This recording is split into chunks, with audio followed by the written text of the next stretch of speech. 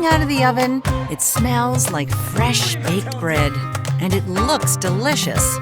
That first bite, oh, that first bite. Crispy on the outside with a soft filling. It's perfect.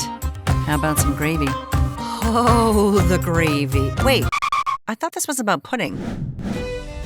So why is it called a Yorkshire pudding? Was it a typo in a cookbook? Is it because of meat drippings? Or do Americans and Britons have different opinions of what a pudding is? Leave your guesses in the comments, and by the end of the video, you'll know the answers. Yorkshire pudding is a delicious traditional food from the UK. But if you're not British, the name has probably fooled you. This pudding is neither sweet nor custard-like, and it's not a dessert. Yorkshire pudding was named after England's Yorkshire county by author Hannah Glass, who published her book The Art of Cookery Made Plain and Simple in 1747. But the term pudding was no typo. Before 1747, it was known as the slightly less appealing dripping pudding. It seems more accurate to call it a savory pancake with beef drippings, but that takes a while to say.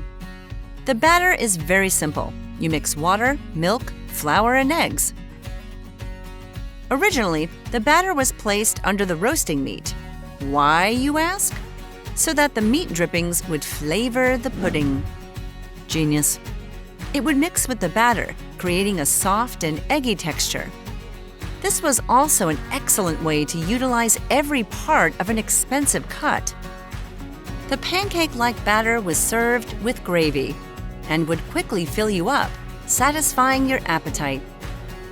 It became a tradition in British culture because it was so cheap to make and helped take up room in your belly so that the roast beef would last longer, which was great if the high price of meat was a strain on your budget.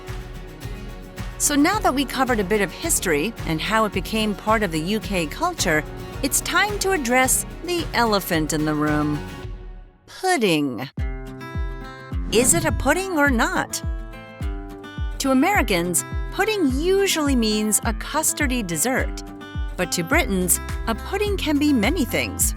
Sure, it can be sweet, but it can also be savory, spicy, and baked. It's a staple for Sunday dinner in England, and despite the pudding or not a pudding debate, it's also very popular on American Thanksgiving. Although the main ingredients haven't changed much, the way it's cooked has. Today, instead of being baked in family-sized portions, it's often made in single-serve muffin tins. Before the baking begins, beef fat is added and heated. Beef fat. Then the batter is poured in, and the puddings are cooked until puffed up and brown. Yorkshire pudding isn't the only thing that started as a poor person's dish. Lobsters also used to be a cheap meal. How do you like them apples? Want to find out more? We have the answers on more episodes of Origins of Food.